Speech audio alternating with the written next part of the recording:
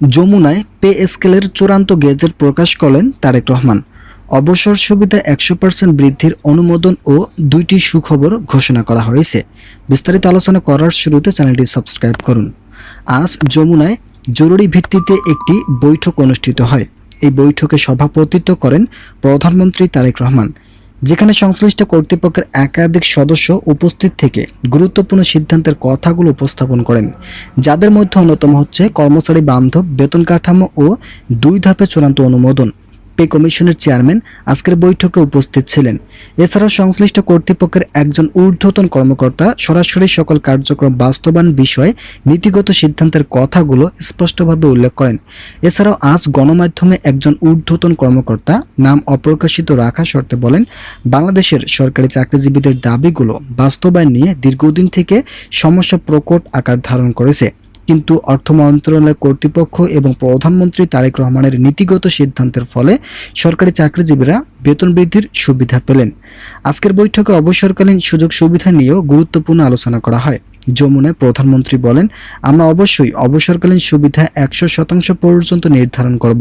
প্রাথমিক দিক থেকে এই সিদ্ধান্তগুলো না নেওয়া হলেও বর্তমান অর্থনৈতিক প্রেক্ষাপট এবং কর্মচারী বান্ধব গেজেট প্রকাশের নীতি ঠিক রাখতেই শতভাগ হারে অবসরকালীন সুবিধা নির্ধারণের চূড়ান্ত দিক নির্দেশনা তুলে ধরা হয়েছে। আপনারা যারা এখনও চ্যানেলটি সাবস্ক্রাইব করেননি তারা অবশ্যই চ্যানেলটি সাবস্ক্রাইব করুন। আজ সরকারি কর্মকর্তা ও কর্মচারীদের জন্য নতুন পে স্কেলের চূড়ান্ত গেজেট আনুষ্ঠানিকভাবে প্রকাশ করেছেন। দেশের বর্তমান অর্থনৈতিক প্রেক্ষাপট ও সাধারণ মানুষের জীবনযাত্রার মান বিবেচনায় নিয়ে এই নতুন বেতন কাঠামো প্রণয়ন করা হয়েছে বলে জানানো হয়েছে। তারেক রহমানের এই সাহসী পদক্ষেপ সরকারি চাকরিতে নিয়োজিত লক্ষ লক্ষ মানুষের দীর্ঘদিনের দাবির প্রতিফলন হিসেবে দেখা হচ্ছে, যা প্রশাসনে নতুন গতির সঞ্চার করবে বলে ধারণা করা হচ্ছে। এই নতুন পে স্কেলের প্রধান আকর্ষণ হিসেবে ঘোষণা করা হয়েছে অবসরকালীন সুবিধার অভূতপূর্ব বৃদ্ধি। এছাড়াও গেজেট অনুযায়ী এখন থেকে সরকারি চাকরিজীবীরা অবসরে যাওয়ার সময় তাদের অবসরকালীন সুযোগ সুবিধাসমূহ শতভাগ অর্থাৎ 100% পর্যন্ত গ্রহণ করতে পারবেন। এতদিন অবসর সুবিধা গ্রহণের ক্ষেত্রে যে জটিলতা বা সীমাবদ্ধতা ছিল, তারেক রহমানের এই সিদ্ধান্তের মাধ্যমে তা পুরোপুরি নিরসন করা হলো।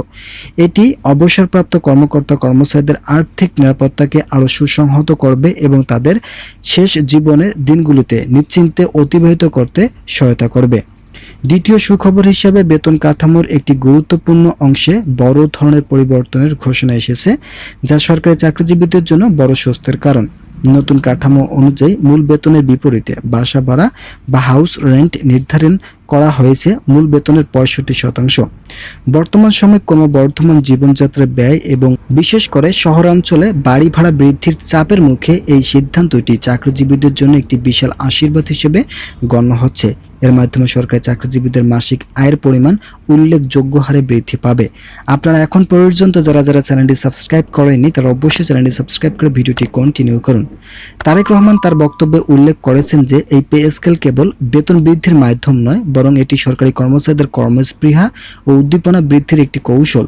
তিনি আশা প্রকাশ করেন যে সরকার থেকে প্রদত্ত এই বাড়তি আর্থিক সুবিধা তাদের দায়িত্ব পালনের ক্ষেত্রে আরও বেশি স্বচ্ছতা, নিষ্ঠা এবং আন্তরিকতা নিশ্চিত করবে।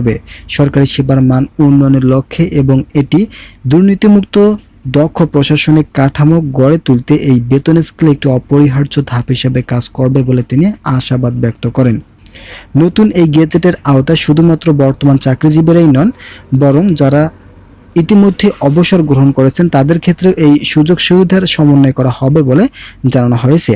গেজেটে স্পষ্টভাবে উল্লেখ করা হয়েছে যে আগামী মাস থেকে এই নতুন বেতন কাঠামো কার্যকর হবে এবং সব সরকারি অফিসগুলোতে প্রয়োজনীয় নির্দেশনা ইতিমধ্যেই পাঠিয়ে দেওয়া হয়েছে। হিসাব রক্ষণ অফিসগুলোকে ইতিমধ্যেই দ্রুত সময়ের মধ্যে নতুন পে স্কেল অনুযায়ী বেতন ও অবসর ভাতার হিসাব সম্পন্ন করার নির্দেশ দেওয়া হয়েছে, যাতে চাকরিজীবীরা কোনো প্রকার হয়রানি ছাড়াই এই সুবিধার আওতায় আসতে পারে। শেষ পর্যায়ে তারেক রহমান ও দেশবাসীর প্রতি কৃতজ্ঞতা প্রকাশ করে বলেন, রাষ্ট্র পরিচালনার প্রতিটি পদক্ষেপ সরকারি কর্মকর্তাদের নিরলস প্রচেষ্টা দেশের অর্থনৈতিক এগিয়ে নিতে যাচ্ছে।